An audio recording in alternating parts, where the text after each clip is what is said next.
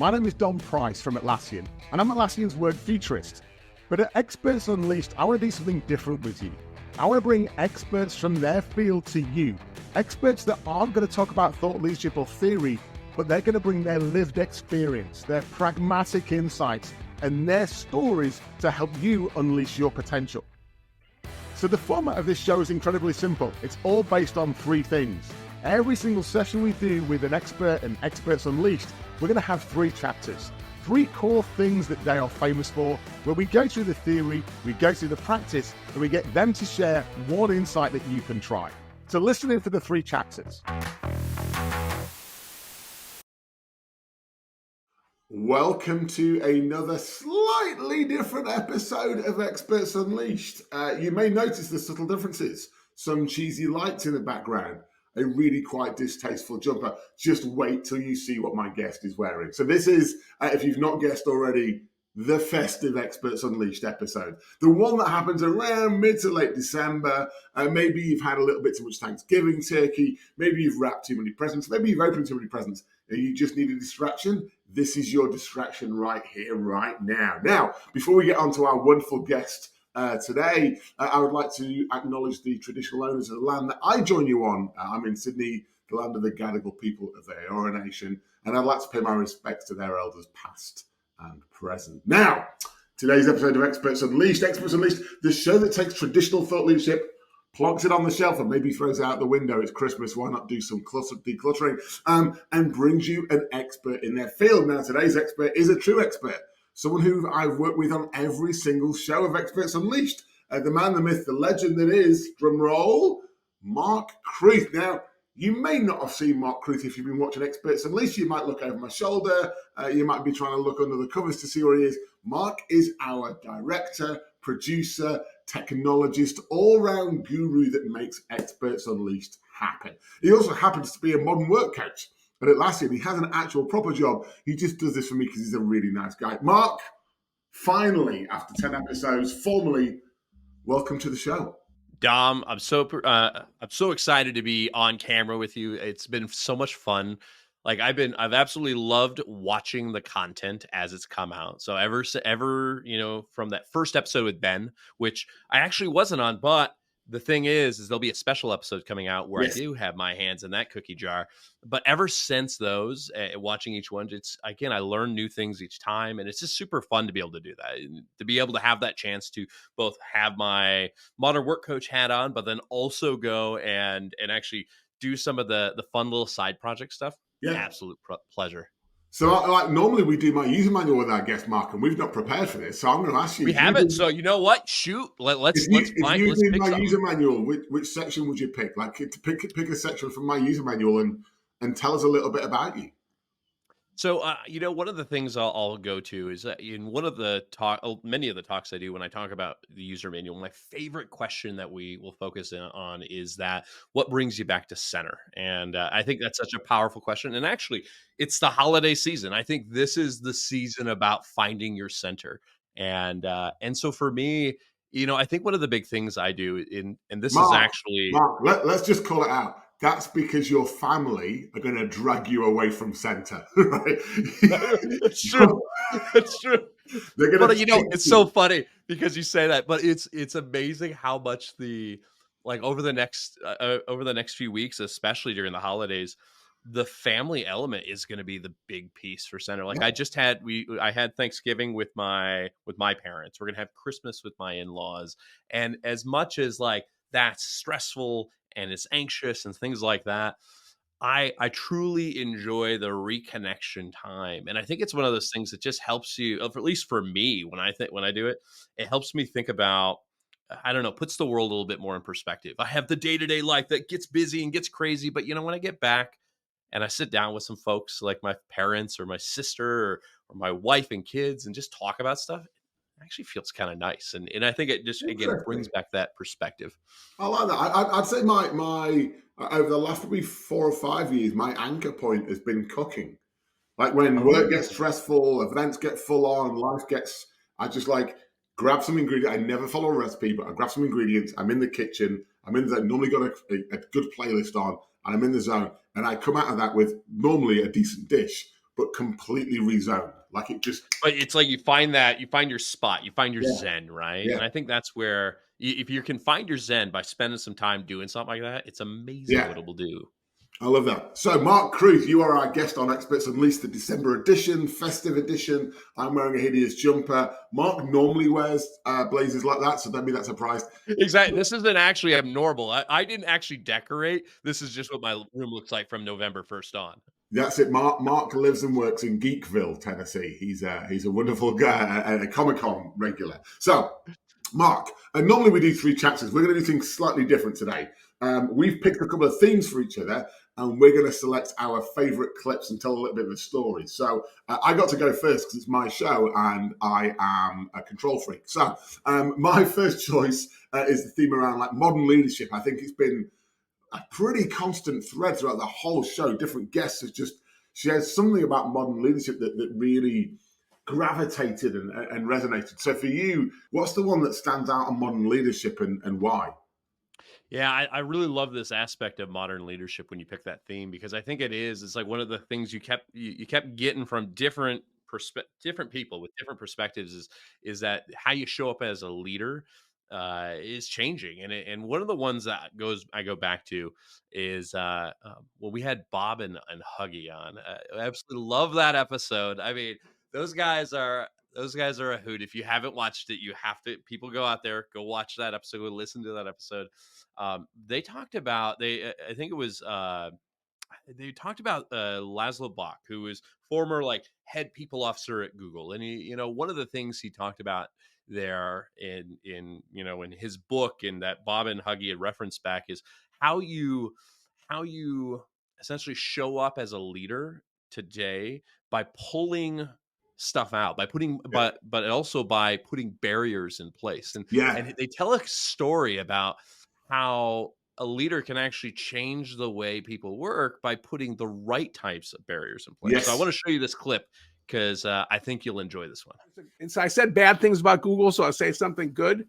So this is Laszlo Bock, who wrote the book Work Rules. He was basically called him the head of people operations, head of HR at Google for 8 years or so. And when he got there, they had an ingrained ritual, which made sense in the very early days, which was before they'd hire somebody, they'd interview them 8, 12, 15, as many as, and I did fact checking. He added as many as 25 times before making a decision. So and you can and just do the math about how many interviews you have to schedule, how many candidates you're pissing off and driving away. So what he did, Huggy, we lost your head. Sorry. Sorry about that. This is TV. Sorry about that. He's had his little playfulness. Are you already drinking, Huggy? It's only 3 o'clock in the afternoon here. I could take Herb Gallagher's beverage. The bourbon. So anyway, so to finish the story, I'm having a hard time keeping a straight face. To finish the story, what he did was he put in a simple rule, which was that if you are going to do more than 4 interviews before you make a decision, you have to write me, who is executive vice president of what essentially HR, like a note explaining why, and I have to give you permission. So I hate to say top down works, but sometimes exercising authority actually works. And he said the problem basically disappeared throughout the company in most places overnight. And when they were going to do more than 4 interviews, it actually made sense. But the lesson there isn't just that sort of a cute story about how smart Laszlo Bock is, but just for leaders, think about what you want to make difficult. To clear the way so that people don't add just useless junk to your organization, for example. Exactly. All right. So I love that clip because, one, you get the personality of Bob and Huggy, but also that whole aspect, right? It's worth pointing out, like, maybe this is the first show someone's watched. Bob and Huggy are like actual adults with actual grown-up jobs that just happen to kind of not care. Like, they don't, right? It's amazing because they're Stanford professors. I mean, they're the which I love that. Yeah, but there's a joyfulness to the way they tell stories, but also, like, I love in that clip, like, everything's anchored in a fact, or a piece of research. Like, they're great storytellers, but it's told in a very one of the fun way. things, it's just that aspect where, in that story about putting in like barriers to, it's almost like barriers to bureaucracy. It's that aspect where it's like they had all these interviews in the process before, and he said basically, it's like, hey, no, if you really think that was needed, you can let me know, and I'll justify. You can help justify that. But just to see that breakdown of like all of a sudden 90% gone, it just shows you that it wasn't necessary. And I think that's what modern leadership for me represents, is acknowledging that it's, the way we did it isn't going to be isn't necessarily the best way to do it. It's like we can continue to evolve this, and leaders got to challenge that. There's an aspect there that's different. I think every time I've heard people talk about friction, up until Bob and Huggy, they've talked about the removal of it. That friction has been a bad word, and it's 100% about removal. And it wasn't until I sort of saw the concept of the friction project where they're like, no, adding friction can be great. And you're like, whoa, no, we've not been taught that in the last 10, 15 years. And they're like, no, adding the right friction makes you more efficient and effective. And that example with the interview process, you're like, yeah, we don't need 27 interviews, it's 3. You want to add a 4th? You get permission. And you're like, oh, I kind of like the concept of adding friction to reduce bureaucracies. It's brilliant. And very Bob and Huggy as well. So now you went and picked a clip too. So what was the clip you picked? I'm kind of excited about this. Look, let's be honest, absolutely spoiled for choice on this one. Like I picked a topic that is one of my favorite, and one that, like I said, that's come up so often. There's a few that kind of sprang to mind, but the one that just really stood out as different was from episode 1 from Ben Crowe. It's the one that I recorded this in kind of March, April earlier in the year before I got married. And I remember telling a whole lot of people about this at the wedding and after the wedding and social stuff. And it's the one that keeps on coming up. And it's because I don't know if it's even about modern leadership. I think it's just about life. And the thing that got me was when I listened to it, I was like, it's so simple. The concept in there, the gap or the gain. And as I listened to Ben live when we were delivering this, I'm sitting there thinking, oh, shit. Sometimes I'm in the gap and sometimes I'm in the gain. And I think I'm a relatively high EQ person, and I think I'm relatively smart. But even I've fallen into the trap, and just acknowledging it's not about perfection, but that's happened to me and how to reframe that. Honestly, mate, it hit me on the day as Ben said it live, and it still hits me now.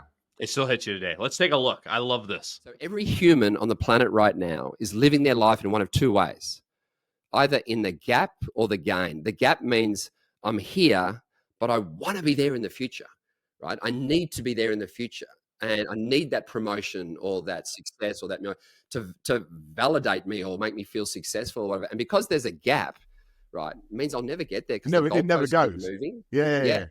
I'm here, but I need to be there, right? But there's a better way to live your life, and that's literally to measure backwards from where you first started. Okay. Right? And remember, acknowledge, identify, write down all the little wins you've had, all the little successes or gains you've had. Yeah, it still gets me now because I'm like, I know my intellect says live in the gain, right? It's. I think before Ben explained that, the fear that I had, the voice in the back of my head said, if you're content, then you're giving up. And that's what I've thought for ages, right? That is such a strong thought, I think, out there. Yeah. I mean, I have that same thing, right? It's like, all right, am I okay with just being okay? And it's like, that shouldn't be okay.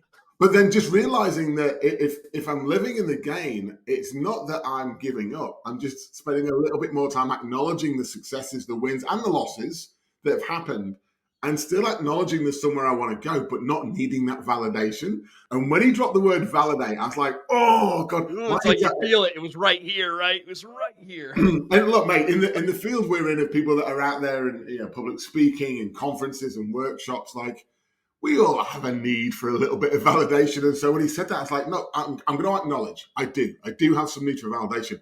I can't let that be my motivator. For me as a leader, that validation can't be why I do what I do.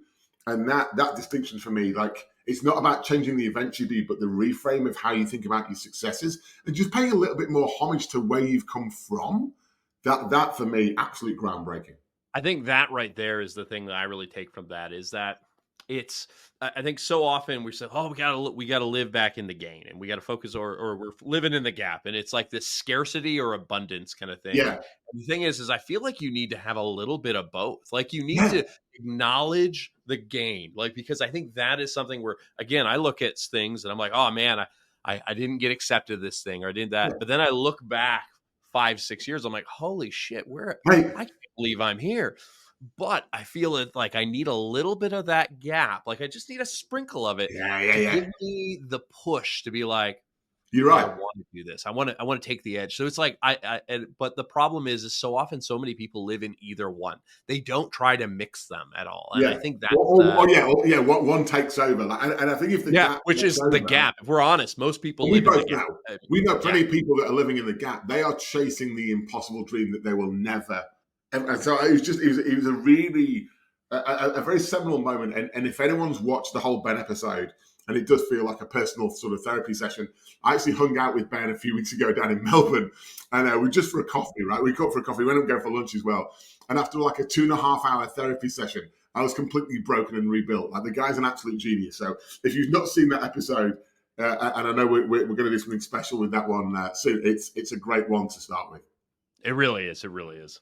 All right, I love that first theme, modern leadership. So I think let's go into our next one here. And so now I got to pick this one. So this was one, a little bit of a catch-all, a bit of a gimme, but it was still one of those for me that I loved it, because there were moments as I was watching all these clips that I had these big, like, what I call aha moments, where I'm like, kind of like that gap and gain, but like, I'm watching the clips, I'm listening to the content, and all of a sudden I'm like, oh my gosh. Like, again, it's one of those things that kind of rattles you to your core a little bit. And so this is an area I think for me has been a big theme about Experts Unleashed. It's finding those little nuggets out there. And so for me, there was one particular clip that Andy Walshe, we had him on, and I absolutely love him. He is as you would put it, he is a legend, and he really is. You know, he's this guy that's focused in on elite performance. In his episode, he talks about, and people, you got to go listen to it. He talks about the story with the bear. Which we'll get a little bit of this maybe with this clip, but what he does is he talks about like how he breaks down. It helps people break down almost like preconceptions they have, like the structures they've built around them. And he does that by getting them to kind of like almost get to maybe a breaking point, like getting to that point where like survival is the top thing. And it kind of puts things in reality. You're right, because a thread throughout Andy's episode, and this is one of the reasons we picked Andy to be on the show, is he's like done this 1 trillion times. Mm-hmm. And so when he's not telling the stories from a point of theory, he's like, oh, with this person, here's the experience we led them through and what happened. And you're like, oh, in that case, it must be true because it actually happened. And I think that's what, throughout Andy's whole episode, that was what really stood out. But yeah, it makes sense why you I love this clip, this little dialogue he has. It's a little bit longer one, but it's the story he has is fantastic. So let's take a listen. Well, that's what I want to go on to next, because we've got Reawakening Human, right? Reawakening the Human is chapter 2. I want to start this, if you can, just indulge us for like 60 seconds. You've done some maverick shit in your time, right? And every time we hang out, normally over dinner and drinks, you're like, oh, let me tell you, right? And there's a little something you tell me, and I'm like, please tell me that didn't happen. And it normally did. Whether it be experiments you do with executives, bears in the woods, right? Or snakes, and feel like, just give us an example of one human experiment you've ran and what the thought process was behind it. Just indulge us in your world for a minute. Oh boy. I mean, I know you want me to talk about the bear one. I talk about any. I love them all, but just one that, because I think the reason I mention it is each one of them just gives us an analogy in that they're not actually technological, they're human, but they're also normally quite natural based, right? There's something quite core right in them. Yeah, so the simplest ones would be, say, the really simple one, without having bears charging you, snake pits and all the rest of it, is to get a human into a space where their normal day-to-day level, you'd probably call it comfort zone, but their normal capacity for what they're used to doing and performing is removed. So you're taking away some of the pillars that they normally lean on. So let's go to the wilderness. Just the general wilderness is the easiest one. You take someone, we take a group of executives, and we drop them into the middle of the wilderness. And if you bring them, Australian executives, drop them into Alaska. Yeah. The reality is they're off balance. That whole premise. So suddenly their mind, and they start to awaken this, oh my God, I got to pay attention. And then as you're walking through and things are rustling in the woods and, and they're not used to the bears and the things like that. And so there's this, you're getting this very visceral and heightened a reawakening of the senses. Like I'm so you're almost arousing, not in the sexual sense, but you're arousing different senses. Oh, yes. You're arousing. So the principle being your mind is now hyper focused on the present. You're not thinking about tomorrow. You're not thinking about yesterday. You're thinking about what the hell is that noise? If we, game it a little in our favor, where where we bring in the grizzly or we do something that unintentionally and nobody knows about it. People are then like, oh my God, I'm back to this very raw, primal state. And what we're trying to do is use that as a blow them, the blinders way open and get people to reconnect with that feeling. Your smell increases, your hearing's getting to tune, your vision. After a couple of days, people are like way back into this sort of mindset where they probably would have been a few hundred years ago. And from there, it's a great spot to start to bring in sort of more pragmatic conversations and things about, because you've reawakened the senses. And when you realize how much of that we've lost, take a walk with some of the traditional owners. Jeff Hardy, a good colleague. Yeah. Go for a walk with him in the woods in the bush in Australia, and just what he sees. Then if you go with an Indigenous tracker or somebody like that and see how attuned they are to every part of that environment. So first and foremost, what are they hearing, seeing, smelling, touching? And then you realize, oh my God, I'd be done out here. And that's where you realize how far off that we are. Now you can argue, well, big deal, I don't need those skills every day. Well, that's fair. But I also think there's a narrative in there of once you kind of reawaken those sort of primal kind of models in your brain, you start to think about things very, very differently. And that's the feedback we get all the time. I love that one, and I think it's there's a lot to unpack in there. I know, right? I know. I got a big one there. I know. The thing for me that really stood out when he was talking about this is about reawakening the senses, and that whole aspect of throwing people into an environment where they're not going to be able to perform at the same level or with the same skills that they were in the office. And so it's let's throw you something different. And it changes that hyper focus. And it almost to me goes back to that last conversation we had about Ben's clip, where it's again, the gap and the gain. He's talking about being in the moment. And I think that's something that, again, and as much as we say, live in the moment, it's kind of hard to do that. You get all these things around you. The best way to do that from Andy's perspective is throw them in the shit, give them the opportunity safely throw them safely. Exactly. Give them the parachute, but kick them out of the airplane, and it's funny. My aha moment from listening to that was actually subtly different, which was, why on earth are we doing leadership development in a classroom? Why would we ever put someone in such a boring, safe space and go, here you are, here's some wisdom I'm going to impart on you. You're like, cool, I'll add that to the bag of stuff. Exactly. I've written it down in my iPad, and now I'll never refer back to it. Put you in a situation where you actually learn a new skill. So one time I hung out with Andy, he actually did this. He had the 3 world's most leading big wave surfers in a room. And the thing they had in common was they hated public speaking. They were elite human performance in one category and very much not in another. So he put them in the other. Right? These are guys that readily surf 50, 60, 70, 80 meter waves. You're like, oh my God, how'd you do that? And he's like, do stand-up comedy. And they were instantly paralyzed. And so it's just fascinating. It's still a very safe environment. No one's going to die. But in the surfing, you might die. On the stage, you might not. And so it's just fascinating how physically taking them into an environment where they're slightly uncomfortable, but fully supported and safe, can actually learn a new set of skills. And I think that's profound compared to what leadership says, which is I'm going to stick you in a classroom and give you an hour's worth of curriculum and content. And it kind of goes back to that learning. I'm of the opinion that learning doesn't happen when we're comfortable. Like we have to be stretched. And they have this idea of your comfort zone, your stretch zone, and your panic zone.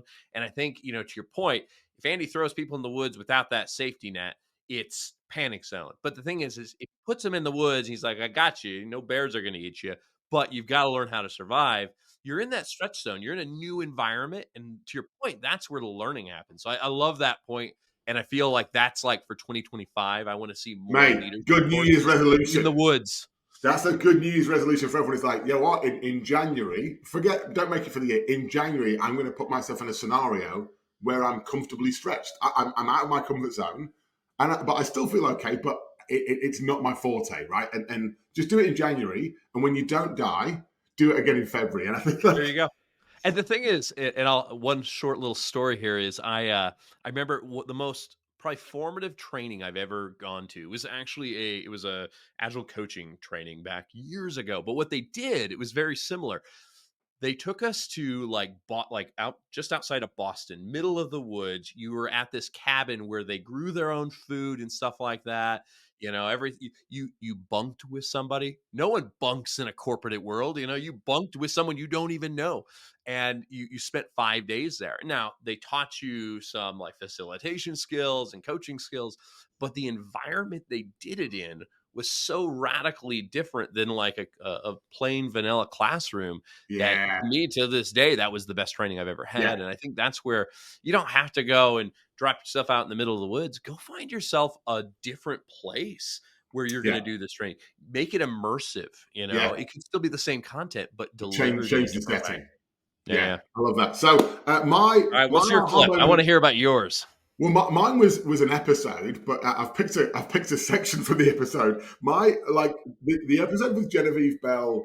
I talk about sort of timing. Like Genevieve is an expert in a whole of the technology stuff, but fundamentally is an expert in AI. But Genevieve's been in the tech space for like 20, 30, maybe longer. I don't want to age Genevieve because she's awesome, but she's just been around, but in a way that she just explains stuff like, I feel like I'm being sat down by a high school teacher who's like, Dom, a big thing in your life will be AI. I'm just going to give you the basics of how it works. Her entire episode was aha moments of me going, why have I overcomplicated this? There was 2 aha moments. One that I've not picked where she dropped a bombshell of imagine if James Watt had known that the steam engine would be around for years, would he have made it more environmentally friendly? And I was like, that was such a profound statement. We were like, whoa. Yeah, but the one I picked was actually about, I was asking Genevieve around like if she had a seat at the table and how she'd think about how we manage this AI change, knowing what we've learned from the past, from all the technology change we've had in the past. So play the clip. When you're going through this next 20-year cycle, these are the principles I need you to apply. What are those? Because I imagine that they're the same principles that me and you need every business leader to be thinking of right now. Look, here's an odd one for that conversation that we've just had. I think if you put me at the head of the table in this frame, the first thing I'm going to say to you is technology doesn't solve everything. Okay. So when people say, I'm just going to add AI to this, I think to myself sometimes, I think your problem might be your org chart. Yeah. You might be able to things faster. Because I always say, like, a fool with a tool is still a fool. You just made them faster. I see a lot of very fast idiots in my world. And a fool with a tool is still a fool. Amen to that. And oh my gosh, I love that. So literally, I'm like, so, and look, you know, you've known me long enough. Like, I've been going on about a fool with a tool is still a fool. You just made them faster for a while. But the way Genevieve put that was remarkably simple. But I'm like, oh my God, like, if we don't understand why we're doing what we're doing and then understand what we're doing, adding AI on the top of it isn't going to make it better. Doesn't make it better. It's actually going to make it worse. Mm-hmm. Oh, and it's such over the last few years, especially with the AI boom, I feel so many organizations approached it, unfortunately, from that lens. They were like, just put AI in it, just put AI. But then now you're starting to see some of this kind of walked back because they never did think about, what are we going to use this for? Like, what's the value? And I think that's where, again, it's the, I consider it the, I call it the Jurassic Park problem. So in Jurassic Park, Ian Malcolm says this. He says, you got to so obsessed with the fact that you could do something, you never stop to think whether or not you should do something. love that episode. Well, I think just because of that. Yeah, the context Genevieve gave, that like she's studied history, right? She's a historian. She goes back in her study of history. Like you look at the books on her shelf, thousands and thousands of years. She's got a huge appreciation, right, for the Aboriginal community around Australia and some of the things they've achieved and how they think about land and nature. So she's got all this backlog of history, and she's like, if this is the mistakes and the consequences of the past, how can we project that forward? And that's why it felt relevant as an aha moment. I think me and you've been working in technology change our entire careers. We've just got a faster car. But if we don't know where we're driving to or why, then Genevieve saw it, she's like, in one of her government jobs back in the day, they took an analog form and they made it a web page. Yeah, like, the whole form thing, it was like, they never asked if those questions were still relevant or not. And you're like, if we just automate the things we shouldn't be doing and we do them faster, we've not won. We've just made things more complex. It's and I think that was one of the things that from this episode, I absolutely loved it. Like, she had so many great stories, and I loved the history because I think there is something to be said about, going back and understanding like why something happened. Like she tells the story, even how like AI got the name of AI. And I was like, oh my gosh, that's such a cool story. Yeah. So I highly encourage you to go back and. There's a second point there, actually. I just want to tease that one out. There's a second aha moment, which is one of the things I actually loved about Genevieve's episode was the curiosity that she's got. And it made me realize sometimes I take things for granted. Like someone tells me what AI is and I just crack on. And I'm like, I should be a little bit more curious about the history, the background, what worked, what didn't, because that tapestry actually helps me be more informed. Knowing where we've been will kind of inform us where we're going. And so if we don't, we're just blindly guessing. Yeah. Right. Next topic. Now, this one's a cracker. This is like when I was trying to pick of themes and topics, I'm like, what can really get us going here? Now, this one was important to me. This is just a confession. We've recorded 10 episodes this season. We've commissioned season 2 for 2025, which I'm already excited about. And then I sat there and I was showing someone, this came up at a dinner party. And they were like, why do you do the show? Like, why do you do it? I was like, look, here's all the business reasons. I said, but you know what? There's a massively indulgent, selfish reason. I have learned and grown so much. I'm like, even if we didn't record it and we didn't share it, the ROI is there because the people I'm getting to speak to are actually bloody experts in their field, sharing these insights. And I'm like, boom, like everything's an aha moment. So learning and growth is the topic that I wanted to sort of throw at you, Mark, and say to you, like, when you think about learning and growth and development, what of our speakers really stood out? What segment grabbed you and said, dude, this is something you need to do? We're going to slap some knowledge on you, right? Yeah. I think, I'll put the preface out there that I believe, like, to your point, every episode has had those moments in it, which has been fantastic.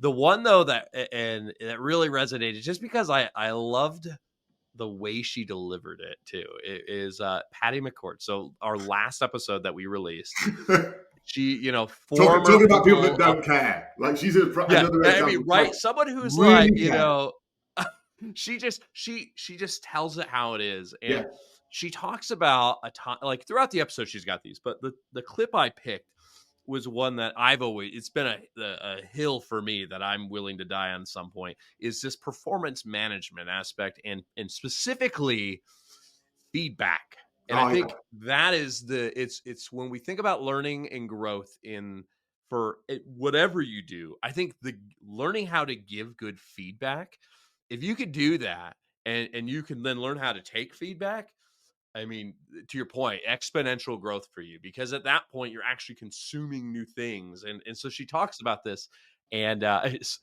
such a great episode, such a great clip. I want to show it to you. Let's take a look. It all loops again, right? It's like the feedback thing. Let's go back to feedback. Yeah. Okay. Most people think feedback means telling somebody something shitty in a nice way that won't make them feel bad. That's why the shit sandwich. You're such a nice guy. You're so funny. I really love you. Boy, did you fuck this up. But I'm sure you won't do it again because you're such a nice guy and I really love you. And you're like, oh, whatever. I have no clue what she just said to me. So I guess I won't do that anymore. Yeah, okay. Just a dance. And by the way, that kind of feedback is the kind we use with our kids. It's called guilt tripping. Yes. Right? Yeah. That bad thing you did, that's bad, especially you with your toddlers. Bad. No. No. And the next time they do it, and they will, they'll feel bad. Right. So it works. Guilt tripping works. It's not particularly efficient. Quite basic. Right. And the thing about toddlers and that kind of feedback, like, no, is that I don't say, hey, well, how about a strawberry instead? Yeah. You know, of chewing on the scissors. Right. Honey. Better feedback that we completely forget is catching somebody doing something right in the moment. Dom, thanks for speaking up today. Yeah. Right. You hardly ever say anything, but this was really important that we heard from you today. Good job. And it cut through, and here's the impact it had. And you see the benefit. And you will do that again today. Yeah. Well, right? I think even the fact that recognition and feedback are talked like they're two separate things, and it's the same thing. Like one of the things we've covered inadvertently is this candid culture that you're so passionate about. Like in a candid culture, it's the positive recognition you did well, and the hey, when you did this, it didn't work out. It's both of those together, not as a shit sandwich, as a amplify the person and then stop them doing the bad stuff. The other opposite, like the thing I miss most, I miss working sometimes. I really do. Yeah. And here's what I miss most. I miss being really prepared about some opinion I have about something, and I am fucking right, man. You wait till I blow you away with my thinking on this particular subject, because I know the answer. And I love walking into a situation like that and being proven wrong or having my mind changed. Yeah. I love it. I got a gift years ago from a mutual friend of ours who I've got as a guest in a few weeks. He gave me the argue like you're right, but listen like you're wrong. And I was like, I love that, because I argue like I'm right and I listen like I'm right. I listen to go, oh, cute, bless, they don't understand yet. Or I'll deal with you later. Not, oh, actually, your view of the world. You are right. Yeah.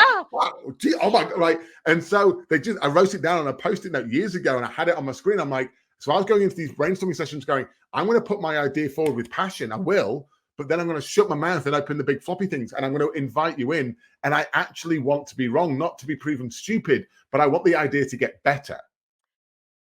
Patty always brings it. Like if I just think about every time I'm hanging out with Patty, she drops a bombshell. There's a few in there. I want to just gift one to the audience that kind of wasn't in there. The first time I actually hung out with Patty in a relaxed setting, like we're having a wine, chatting away. And she was asking about life at Atlassian, and I had a little bit of a gentle whinge about a particular colleague that I was working with at the time. Because that's like, Pat is a friend, we're having a wine, good chance to have a bitch and a whinge, right? So I'm having a bit of a whinge, and she just deadpan looked me in the eye, and she's like, how did they respond when you told them that? And I was like, I haven't. No, I haven't told them that. She's like, but you're expecting them to change. I was like, oh no, I'm being schooled by Patty McCord, and she broke me. I'm like, no, we're meant to be having a wine. You're on my side. She's like, they're on side. We're supposed to have a good time here, not like completely change the way I think about how I think about my colleagues. But she's like, feedback in your head that you then share with everyone other than the person that deserves that feedback ain't good. But also, like, the whole thread in there about like, catch someone in the moment and tell them something good that they do. Like we forget the reassurance and the recognition, and we see feedback as, oh, Mark, that meeting went really well, but what I need to tell you about is the one thing that went wrong, and just destroy your confidence in the process. Well, and I think it goes back to, it's like they look at, I love that aspect where she said, people look at recognition and feedback as two separate things, when in fact they're not. Because when you think about them as two separate things, that's when things like she mentioned, the shit sandwich comes out, and you say something nice, you then give the payload, and then you say something nice again to make him feel better. When at the same time, at that point, that's not recognition. And so for what you got to do is just say, hey, here's the opportunity. And then guess what? You did a great job at that.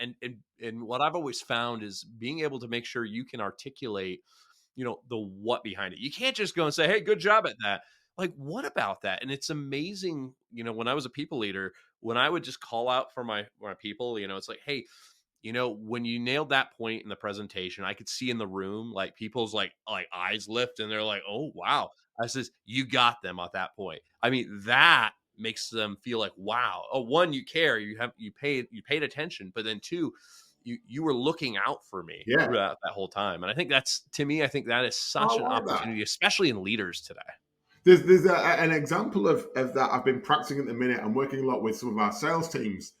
They have a habit, which I don't think is a great habit. They only celebrate when they get the victory. Oh, yes. And I said to them, it's okay to celebrate the milestones. It's okay to celebrate the experiments and the progress. Because if you don't, and you celebrate the victory, you don't know if it's because you did a good job or you got it by accident. So, like, don't forget to set. And it's been fascinating with a couple of teams we've been practicing that with. I think it's helping build the momentum towards that victory. But the victory goes back to learning and development too, right? Because at that point, if you're only celebrating the successes and you're not really talking about those that maybe didn't pan out, you're not actually learning. You're just trying to replicate what you've been doing over and over again. And you know, I worked at a place where we actually had we called it a failure wall. And it was like people could just go write down, like, what did you fail at and what did you learn from it? And like the CEO of the organization came up and did it, and that broke the dam for everybody. And then everyone started coming up, and it became this like, oh, I never even thought about that. Like, oh, like that was what you pulled out of that. Oh, I love that. Yeah. Awesome. So mine was, again, spoke for choice on this one. I went for a Dan Pink clip. I've been a massive Dan Pink fan for a long time. The original DP, I call him. So I'm the second imposter DP, but he's the original DP. Dan Pink, you know, his books, his TED Talk. Like I've been a long-standing fan.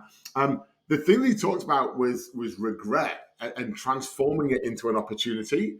And again, there's many things I love about Dan, but the simplicity with which, again, he's very well researched, but the simplicity with which he kind of went, hey, here's regret will happen, it should happen, it's healthy. And when it does, here's the 3 ways to respond to it so that it becomes a superpower, not something that buries you. And when he, like, Dan just drops truth bombs, kind of like Patty, but when he dropped this truth bomb, I'm like, I can do that. The reason I liked it as a learning and growth thing, I'm like, I can do that right now. I don't need a PhD. I don't need a business case. I don't need approval. I can do that right now. So play the clip. Well, the mistake that we're making is that we're thinking of regret as a problem rather than an opportunity. We're thinking of regret as an individual flaw rather than a facet, a feature of the human condition. And so I really want to emphasize the ubiquity of it. And I want to talk about one other thing. So the ubiquity of regret, we have massive research on this, showing that regret is one of the most common emotions that human beings experience. It's arguably the most common negative emotion that human beings experience. We've known this for 40 years in social psychology. And we also, you know, and we also know that everybody has regrets. The only people who truly don't have regrets are tiny little kids like yours, not because they're bad people, but because regret requires this incredible cognitive firepower of counterfactual thinking. And you got to be about 7 before you can do that. People with certain kinds of neurodegenerative diseases don't experience regret because their brain function is interrupted, and sociopaths don't experience regret, but everybody else experiences regret. And here's the thing. It's like, it's an interesting puzzle. It's like, so why would this emotion that's so unpleasant be so ubiquitous? And the answer is because it's useful. If we because it's useful. I love that. God, it's so Dan Pink. So actually, like the clip goes on, and there's other clips in the Dan Pink episode, but what he goes on to explain is like how you tell the story to yourself, how you tell the story to others, and how you then plan to deal with that regret in a way that, not that it doesn't happen again, but you learn to deal with it differently next time, right? Which is kind of like, we do it all the time in our work. We do retrospectives. We're like, here's something that did happen, whether we regret it or not. It did happen. What are we going to start? What are we going to stop? What are we going to continue? Like, how do we use what happened in the past, like Genevieve, what happened in the past to inform the future? And that's what I loved about this. Like, instead of just wallowing in that regret, and Dan went on to explain, he's like, there is no harsher voice than your self-voice. And I was like, oh, you're like, the story we tell ourselves. We've all been there at that one, right? When we're beating ourselves up is hideous versus going, what story am I going to tell others? And then what's the action? What's the so what? But I loved it. Like, realizing that this, as a negative emotion, isn't a bad thing, but it's a useful thing. That for me was like, I think that's a great word there. It's a useful thing, right? Yeah. It's like so often that we look at regret as something I never want to have regrets. You know, they always say, you know, on your deathbed, what are you going to regret? You know, and I think that's such a cliche statement now, where it's like, if you think about, like, you'll always have things that you may have wished you would have done. What did you learn along the way to maybe change your direction, you know? And I think that was, again, and as he kind of talks about it with the aspect of like little kids, I think that was a really informative thing for me, as I have, you know, you have little kids, I've got little kids. And as I look at them as they're developing, you know, I can see that they don't have regret. I mean, there are things where they're like, I made a bad choice. You know, I lived with the consequences, and I'm right back on the horse. And so often when we become, you know, as we become adults, we sit on that regret and we let it prevent us from getting back on that horse, even though there's nothing stopping it except for us. Like I said, it's that inner voice. Yeah. Love that one. Right. Your second pick. All right. So here's my pick. So this is going back into an area where I think, again, we saw throughout the episodes, but something that really resonated with me is this idea of self-care. And like that, it almost goes back to that aspect with Dan, with that voice in your head. So often, especially today, and for a leader out there listening to this, it's acknowledging that your people have things in their life. There's things going on all over the place. Yes, we had COVID a few years ago, and, you know, the pandemic changed things, but you know what? These things that people go through have never stopped. It wasn't like they weren't there beforehand. We've just acknowledged them a little bit more. And I think we need to continue to do it. And so one of my, and I will actually say, I think probably my favorite episode of the whole series so far, and just because, I don't know, it goes back to so many things resonated with me, was Yemi Penn. Oh yeah, she's awesome. I love Talk about, I mean, your thing was about grounded, right? Your user manual thing about grounded. I mean, yes. Whenever I hang out with Yemi, I'm like, how are you so grounded? Just so calm, so in the moment. Like she regulates herself in that episode. She gets really excited. She's like, let me just pause. And then she's like, be able to pull it back. Right. It's like, I want to be like her when I grow up, kind of thing. You know, it's like I look and it's that realization. And so there's a part she was talking about the boxes that we create around us. And I think that one was so, again, if I think about aha moments too, that one was an aha moment for me as well. And I want to show it to you. So let's take a look. Why did you pick thinking outside the box, and what does it mean to you? Yeah, I put thinking outside the box because someone told me there is no box. And that continues to blow my mind. So we've created the box, right? Society's created fictitious boxes, and we therefore think we need to think outside them, but they're not even there. And therefore, and that's why it's heavily linked to the last one, but we can go into more details. And that's the reason why it's just stumped our creativity. So I partly put it there, giving you very little context, because I wanted to bring this different perspective. There is no box. Now, people like me who think they're smart and cute, when I first heard that, like, think outside the triangle, I think outside the circle, like, our creativity can come by giving it different shapes. The truth of the matter is, some of us just make the box bigger. But if we're just to humble ourselves just a little bit, in the fact that even if we've got 100 years of experience, there is so much we don't know. So can we just assume that there is no box? And I usually think, for me, that there's just when I heard that first time, I'll be honest with you, it scared me. It scared me shitless, because I didn't realize that I actually need limits. That's the radical honesty as well. I didn't realize that I need limits. I needed that box to know when I was like, I've opened up businesses and had teams and led teams on major projects that I never thought I would have been able to do. But what I did was, and we'll talk about creativity, I expanded my awareness of the box that I'm in, the box that said, I can't lead a team, the box that said, I can't open up a business. I only expanded it a bit bigger because I felt I still needed constraints. The one I'm now dealing with is the excitement that there is no box. Like, there's no box, Dom. Like, do you know what that means? That means, does that mean I can do anything? I mean, at question mark, this is my curiosity, because that blows my mind, but it also scares me. And that's another reason why I put it in, because it's really changed the whole part of my life. And, you know, I'm the same person as I am at work, career. I'm a single mom to two. I've been a single mom for 17 years. I couldn't have given my kids the life they have or made the career decisions if I did not completely obliterate the box, because the box would have been the stories that I've read time and time again in the papers of a single mom struggling and putting ends meet. I needed to get rid of the box. And that, for me, is why that topic is really important. There is no box.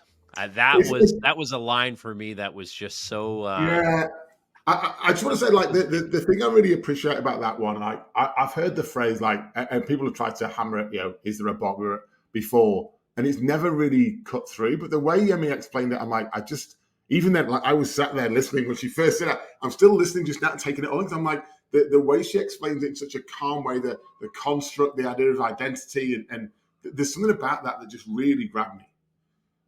And I think that the thing for me, I think to your point, like we've heard that phrase in the past, and I think to your point, what really makes it resonate with her is that she doesn't go from a 0 to 60 and say, "Oh yeah, there's no box, just accept the world." She's like, at first, like, no, I needed my box, I needed the boundaries and the rules, and then it was and the box, right? And I think that's something where if you take off the training wheels, if you've never ridden a bike before, you're just gonna fall down, and guess what? You're not gonna want to get back up. But you want to have a little bit of balance, something, and then as you go, you can grow. And so I really love that aspect of expanding the box to eventually get to the point where you're okay with getting rid of it altogether. Well, let's build on that with my clicks. I think these might complement each other. Like, I think they might. I picked something from the wonderful Dr. Jemma King, someone who, again, is like a personal therapy session. I've been working with Jemma for years, but just understanding this concept of the link between physical health and mental health. My wife's a nutritionist, and I've heard this in different forms. But when Jemma dropped this, I'm like, this just shows me that if I want to be well, way more of this is under my control. Often I feel like I'm the victim to it, but this was a great sort of reminder that way more of this is in my control than maybe I realized. There was a line that you put on your document that I read, and it's really, really got me. And I'd love you to I'm going to share it with the audience, but just, so you can unpack it for us. It says, the quality of your life is predicted on the quality of your thoughts. So at that point, I'm like, I'm with you. Heard that before. Makes sense. If I'm thinking good things will happen, right? My wife talks about manifestation all the time, right? Let's, if we think positive things will happen. Lovely, right? Then in brackets, you wrote something that really got me. Honestly, it's like a dagger, and I absolutely adore it. It says, your sanity is inversely proportionate to the number of people you have issues with, not the other way around. Tell us more about that. Yeah, I think it's a real, like, if you look around anyone who has sort of mental health disruption, personality disorder, invariably they have a shit list of all the people they hate or they want to exact revenge on, right? And they think it's them. They think this person did this thing to me, therefore I'm warranted to want to like retaliate. But if you think about it, like, what's the common denominator of them? Like, happy, sane, stable people don't have grief, don't have beef with people. You just don't. You don't see, the exterior world as dangerous and that you have to fight against. You actually, like, when you're healthy, happy, and sane, you actually can have empathy and compassion for people who are being assholes, right? My mother always taught me this, like, walk in their shoes, take their perspective, what's happened to them in their childhood, what's their home life like? And when you just sort of like, abstract up and think, like, why is this person being an asshole? It's rarely about you. So therefore, the want to have problems with people and to have a revenge list tells you everything about you. So you can see why I'm like, as she's explaining, I'm like, I need to crumple up my shit list and throw it away because apparently I'm not allowed that. Quietly pushing it away, be like, no. But it's a great reminder, like similar to Ben and to Yemi and others, like, if we put our energy into the negative, then expect negative things to happen. Like we create our environment. It'll take your energy. It's not pushing back on you. It'll be like, all right, I'll take it. Yeah. So again, links or complements quite well to Yemi, this idea of boxes and lanes, but also like this idea that, like, how can I walk in that person's shoes? How can I get a little bit more empathy for what's going on with them? And how can I actually just be the best version of me? And if they don't like that, so be it. But don't let that be the determining factor of me. And so it was.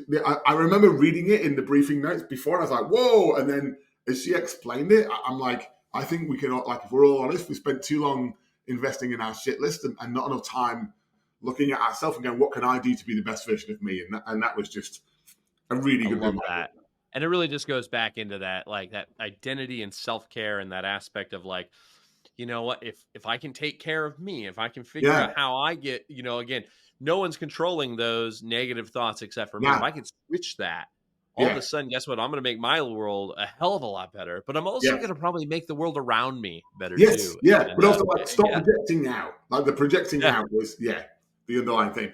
Quickly, Mark, before we wrap, like if we were to do like a bonus round, are there any tips? Like we won't show the clips, but are there any tips that as you went through all the clips and the episode stood out, you've been like, wow, that's a great tip I wish I'd had earlier in life?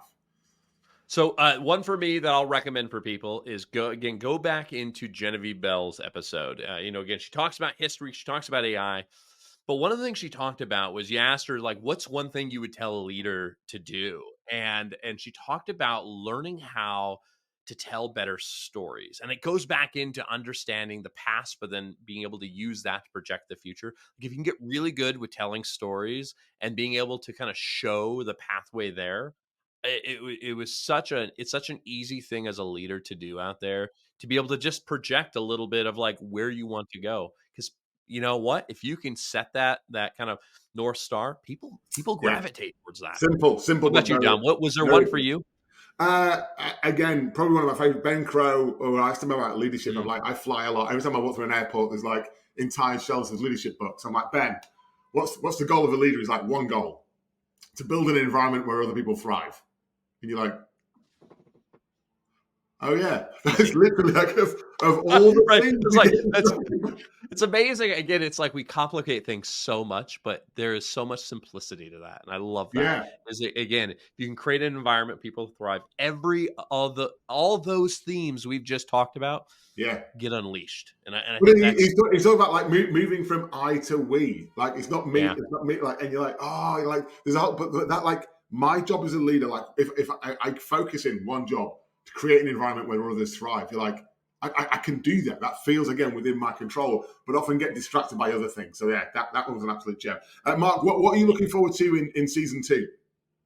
So season 2 is going to be fun. So this is our last one of season 1, kind of our holiday capstone. We're going to be kicking off, and actually we have some really good folks on for season 2. But what I'm actually most excited about, because I've just finished going through it and putting my touches on it, is we are re-releasing Ben's episode at the very beginning of the year, director's edition uncut. Because one of the things is I wasn't involved in that first one, and the creative teams that went at it, they cut and moved, and there was a whole content that was missing. And for me, I'm like, oh, I love a good raw roll, like go from start to finish. And so that's what we're gonna get. I've got a little commentary in there, but that's gonna come out, I believe, in our first week of January or so. And I'm excited for that one. But also, we've got some other talent. What about you? Who are you most excited for? I think just like the great thing about reflecting on season 1, is getting to see some of the themes and the threads, but also areas where we've not gone yet. So one of my goals for season 2 is to go and cherry pick a few guests that are on maybe quite different or orthogonal topics, but where we get to go deep in stuff that is relevant to all of us. And the thing that stood out for the whole of season 1 for me here is, like, if you listen to Jemma talk about like wellness or Yemi or they're not actually giving leadership tips in theory, but it's directly applicable if you think about it. Like it actually impacts you as a leader, because it's all the things at you. All the things. So that my excitement for season 2 is I'm going to cherry pick. Between us, we can cherry pick some guests and go really deep on some hot topics, and I'm looking forward to that. I'm excited for that. And again, I think the more people we can get with those different experiences that are from different walks of life, it just gives you that perspective that, again, my problems are not unique. These are things everybody goes through, and I have maybe some more creative ways to deal with them. So So folks, thank you so much for tuning in to however many episodes you've watched of Experts Unleashed Season 1. We've enjoyed it. We hope you have too. If there's any you've missed, they're available on YouTube. They're available on podcasts, wherever you get your podcasts. If you're really desperate, you can probably still find them on LinkedIn Live. We will continue to share this amazing format with you in 2025. And again, no more thought leadership in 2025. We're going to bring experts in their field to you, to inspire you, to provoke you, to help you be a better leader, a better human, a better member of society, and do whatever you do. So carry on tuning in. Thank you so much for your time. And Mark, thank you for being our guest. Thanks, everyone. Happy holidays.